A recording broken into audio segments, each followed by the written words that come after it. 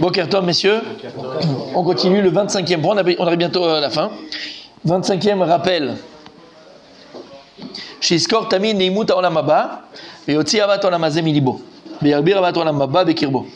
Donc rappelle-toi, alors, c'est difficile, je vais traduire ce qu'il dit le Rab, mais on va voir que c'est un peu quand même. On va juste expliquer. Déjà, on traduit. Souviens-toi et rappelle-toi tous les jours de l'agréabilité du Olam Haba, du monde futur. Pour que tu puisses sortir les désirs et les plaisirs de ce monde-là de ton cœur. Ça, c'est la traduction. Alors, techniquement, c'est un peu compliqué. C'est écrit Aïn Lora'ata. Il y a écrit que personne n'a pu voir c'est quoi l'Olam Haba. Comment tu peux me dire, souviens-toi de l'agréabilité de l'Olam Haba? Je peux te dire, Rabbi Michael, souviens-toi du kiff que tu as eu quand tu étais à New York. Tu étais à New York, tu as pu savoir c'était quoi, tu as kiffé, tu as machiné. Mais il n'y a pas de vécu. Mais là, il te dit, tu dois te rappeler d'une chose que tu ne connais pas. Là, il te dit, rappelle-toi tous les jours de l'agréabilité du Olam Haba. Pour faire sortir de ton cœur, d'accord, l'attachement que tu as avec ce monde-là. Dans les plaisirs, je parle, dans les plaisirs de ce monde. Et courir après les plaisirs de ce monde. Bon, ben d'accord, mais Habibi, c'est compliqué quand même. Tu me demandes une chose. Il y en a qui ont vu Olam Haba. Personne. Il y a écrit personne n'a pu voir. Afilou Tzadik Gamour, personne n'a pu voir Olam Haba. Aïn Lora'ata, on ne sait pas. On peut en parler, on peut dire des choses sur. On ne sait pas ce que c'est. Aïn Lora'ata, c'est écrit dans un méphorage, dans les prophètes. Moi, j'ai une expérience C'est vrai? personnelle. Ah oui. Il s'est soumis pour voir comme ça, vous ne vous souvenez pas? Ça, c'est Rabbi Shimon Levi. Ouais. Exactement. C'est marrant, j'ai pas essayé. Il a fait. J'ai une expérience personnelle. Mon grand-père maternel, il a eu une artère qui s'est brisée. Il est resté 90 jours. C'est pas l'Olam Haba qu'il a vu. Mais Il passait de l'autre côté, il a vu des choses que. Mais c'est pas Olam Haba. C'est pas Olam Haba. Olam Haba, Aïn Lora'ata. Olam Haba, c'est quand on va profiter de Kadosh Baruch Hu. On va profiter de Ziv Ashrina. C'est pas ça. Olam Haba, c'est le monde futur. S'il était Olam Haba, il ne peut pas revenir ici. mais il racontait après. Oui, des choses qu'il a vues. Mais c'est pas Olam Haba.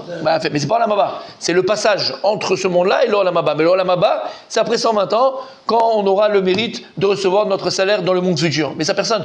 Parce que personne ne peut le voir et personne ne le verra. Olam Haba, c'est le monde futur, le monde d'après. Alors il y a des gens qui sont morts cliniquement, ils ont vu des choses, mais c'est pas Olam Haba qu'ils ont vu. C'est pas du tout ça. Pas du tout. Voilà, c'est l'au-delà, mais pas le Olam Haba, ce qu'on appelle l'Olam Haba. Ils n'ont pas vu l'Olam Haba. Aïn Lora'ata. Il a dit qu'ils se sentait très bien. Oui, super. Mais c'est pas ça l'Olam Haba. Alors comment tu peux venir, d'accord, me dire, tu dois te rappeler tous les jours de l'agréabilité du Olam Haba? Il s'est passé quoi? Vous entendez parler de la Torah? Comment? Confiance de ce que la Torah dit. Mais même ce que la Torah nous dit, elle nous dit, c'est la Gemara qui dit. Finalement, tout ce que je te raconte sur la Mabas, c'est cloum. Parce que Aïn Lora'ata, la Gemara, elle termine, Aïn Lora'ata, un œil n'a pas pu voir et c'est rien par rapport à ce que je te raconte. On ne peut pas savoir, personne ne sait ce qu'il y a. Le plaisir, le bonheur que ça peut être. Personne. D'accord, mais là on te dit, Iskor Tamin Neimut Olam Haba, on te demande quelque chose, c'est un regesh. Neimut, agréabilité, je ne sais pas si on est d'accord, quelque chose d'agréable, c'est un regesh que tu as, c'est un sentiment que tu as. Donc c'est vécu. Donc comment tu peux sentir l'agréabilité du Olam Haba alors que je ne sais même pas c'est quoi, c'est après, c'est dans la fin des temps, d'accord? C'est pas maintenant. Donc comment tu veux que je me rappelle d'une chose que je peux pas, j'ai pas vécu? Tu peux me dire, rappelle-toi en étudiant ce que les Chachamim te disent, et encore c'est même ça c'est pas vrai, parce que je t'ai dit, Aïn Lora'ata, personne n'a pu voir c'est quoi l'Olam Haba. Alors comment le Rav peut nous dire ça? Comment le Chatzadikim peut nous dire ça? Se rappeler tous les jours de l'agréabilité du Olam Haba pour se séparer de tous les plaisirs de ce monde-là, des plaisirs entre guillemets qui nous font mourir dans ce monde, hein, dans ce monde-là. C'est ça qui nous fait vivre ce moment maintenant ici sur Terre avec un petit goût de la Maba, je pense. Aïe. Voilà, ça c'est un Nissim, il n'y a que des Nissim toute sa vie, c'est comme ça, c'est magnifique. La Gemara, les Chachamim, ils disent, tu veux goûter Olam Haba? Tu veux goûter Olam Haba? Tu veux goûter Olam Haba? Oui. Ouais? Oui. Alors, toi tu le fais pas mal, je te dis franchement, tu es pas mal dans ça, mais tu peux toujours t'améliorer. Toujours t'améliorer. Je vais te dire, ouais, il est pas mal. Tu veux goûter Olam Haba? La Gemara, elle dit, les Chachamim disent que Shabbat, c'est un 60e du Olam Haba. Shabbat, c'est un 60e du Olam Haba. Donc si ton Shabbat, tu le prépares comme il se doit, c'est-à-dire que tu le prépares, comme on dit, à Yom Rishon, Shabbat Kodesh. C'est-à-dire que depuis Yom Rishon déjà, tu prépares ton Shabbat. La meilleure viande, c'est pour Shabbat. Meilleurs légumes pour Shabbat. Meilleurs fruits pour Shabbat. Meilleurs desserts pour Shabbat. Les plus grands beaux plats pour Shabbat. Ta mechabel et ta Shabbat. Ta meraneg et ta Shabbat. Écoute bien, d'accord? Mechabel et ta Shabbat. Tu prépares ton chiour pour Shabbat. Tu chantes ta Shabbat. C'est un 60e. C'est que tu peux mettre, si tu vis ton Shabbat, sans bien sûr la finale de Champions League, sans mettre la minuterie, sans des bêtises, sans des ch'touillottes, sans ces choses-là, d'accord, Shemishmor, d'accord, sans toutes ces choses-là, et que tu vis tous les Shabbats, ton Shabbat intensément,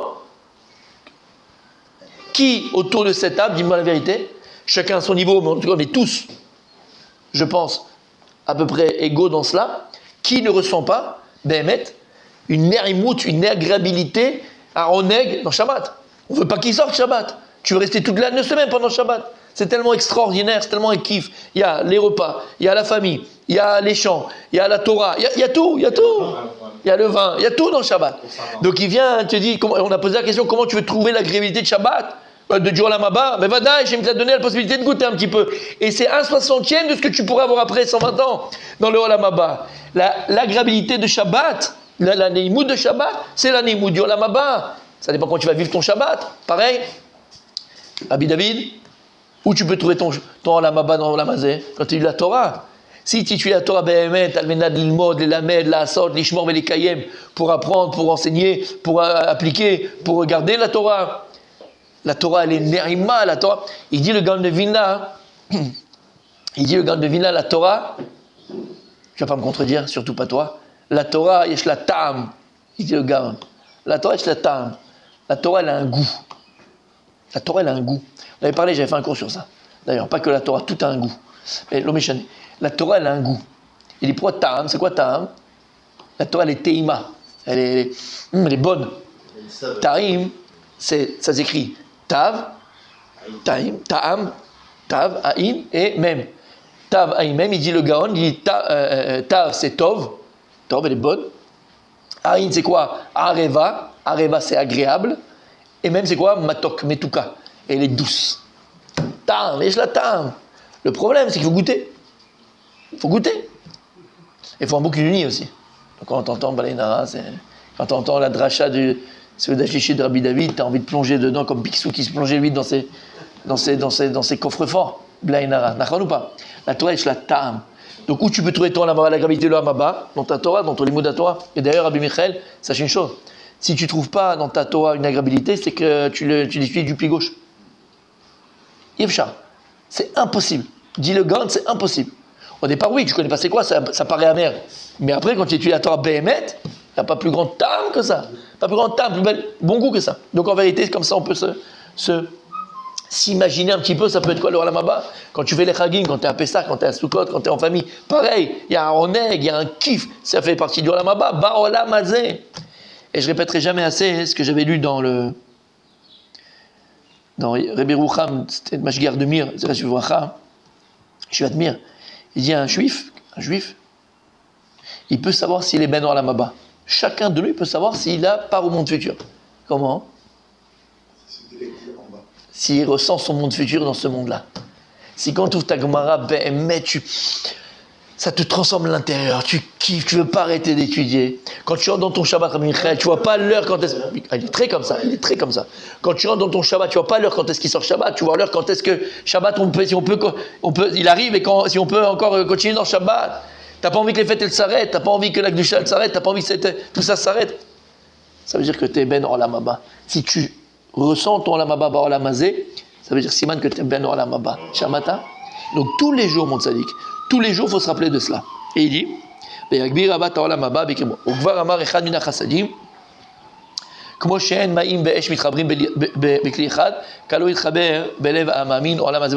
la même manière que chacun sait qu'on ne peut pas mélanger l'eau et le feu, forcément il y en a un qui prend le dessus sur l'autre, on ne peut pas, entre guillemets, mélanger ce monde-ci et le monde futur. Ce sont, comme il y a écrit, que le Olamaba, en boshtia, il n'y a pas de boisson, il n'y a pas de manger, il n'y a pas de corps, il n'y a pas de tout ça. C'est une sensation, c'est un peu ce que vous avez dit aussi, cette sensation qui est au-delà du corps. Et à partir du moment où il est au-delà du corps, c'est un bonheur infini.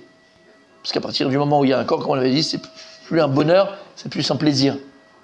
C'est plus un bonheur, c'est plus un plaisir. D'accord? T'as compris? Il a fait. Et il dit comme ça. Et la seule amour que tu dois avoir pour ce monde terrestre, c'est parce que tu sais et que tu as conscience que c'est le seul moyen que Dieu nous a donné pour acquérir l'Olam Haba. Et donc ne fais pas de ce monde. Et en deux mots, en fait, ce qu'il dit le Rav, ne pas se tromper. Ne pas de faire de ce monde terrestre un but, mais en faire un moyen. Et c'est comme dans tout en vérité. Dans tout ce que Dieu nous donne de matériel, ne pas en faire un but en soi, mais d'en faire un moyen. Et la différence, elle est énorme, comme on a dit. Premièrement, la différence, si tu fais d'une chose un moyen et pas un but, c'est que la chose, elle est beaucoup plus facile à acquérir, parce qu'un but, c'est quelque chose qui nous paraît très loin. Donc, s'il est loin, difficile à acquérir. Mais si tu fais de ton but un moyen, c'est quelque chose qui est beaucoup plus proche de toi, donc c'est plus facile à acquérir, premièrement. Et deuxièmement, si tu fais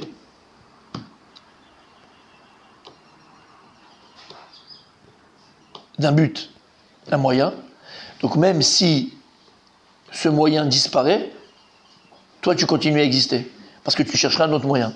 Mais si ton moyen c'était un but, ben dans la vie, quand tu n'as plus de but, tu meurs. Alors non, ne fais pas de ton but un but, fais de ton but un moyen. Parce que tu comprendras que voilà, finalement, ben c'est pas grave, j'ai perdu ce moyen-là, je prendrai un autre moyen, je trouverai un autre moyen. Et c'est pas pareil. C'est clair? Magnifique. On continue, on termine avec le Shesh Vesrim, donc le 26e rappel. שיזכור אותם העומדים במצוות המלך, היראים ונבהלים מעונש המלך, קל וחומר שירא מעונש מלך מלכי המלך הקדוש ברוך הוא וימהר לרוץ לעבודתו. Celui-là, je pense qu'on est tous d'accord, il est très clair, il est très simple. Rappelle-toi et souviens-toi, imagine maintenant des serviteurs d'un roi, combien ils font attention à respecter et à appliquer les ordonnances du roi. Parce qu'ils savent que si jamais ils transgressent ou si jamais ils se laissent aller à ne pas appliquer la parole, l'ordonnance du roi, ils risquent la mort. Ils risquent la mort. Eh bien c'est pareil. Kalba chomer toi avec Akadosh Baruch Hu. Et la crainte d'Hachem. Et sache que Chaz Veshalom, avec cette même idée, ce Machal et Nimshal, pareil. Tu as des obligations envers Akadosh Baruch Hu, Dieu nous donne des obligations, à toi de les appliquer. Pour ne pas Chaz Veshalom, mais pourquoi ça m'arrive? Ah oui, ben ça t'arrive, mais pourquoi t'as pas fait ce qu'il fallait faire aussi? Donc qu'on connaisse que du bon, que du bien, que du top, aval, d'accord? Se rappeler que je suis serviteur d'Akadosh Baruch Hu. Comme on a dit, c'est le plus belle chose que Dieu peut dire à un homme, comme il a dit à Moshe Rabbeinu. Aujourd'hui, quand il y a un tzaddik, il y a un gadol qui meurt, on dit Alteret Roshenu, Morenu, Verabbeinu, qui était comme ça, qui était comme ci, qui était machin, on en fait tout un. Moshe Rabbeinu, Rabban Shel Israël, il n'y a pas eu que Moshe Rabbeinu. Kadosh Baruch Hu, il n'a pas dit des éloges funèbres, on dit non. Moshe Abdi, Moshe mon serviteur, il est mort. La briout. Parce que ça, c'est la plus grande raison funèbre qu'on peut faire sur un homme, c'est celui-là, Eved Hashem. Et toi, rappelle-toi que tu es Eved Hashem, mais un Eved, il est soumis à son maître, il est soumis à son roi. Donc, sache que fais attention. Kadosh Baruch Hu, il t'a dit, fais, applique et ne transgresse pas. On continue demain, Bezrat Hashem, en bonne santé.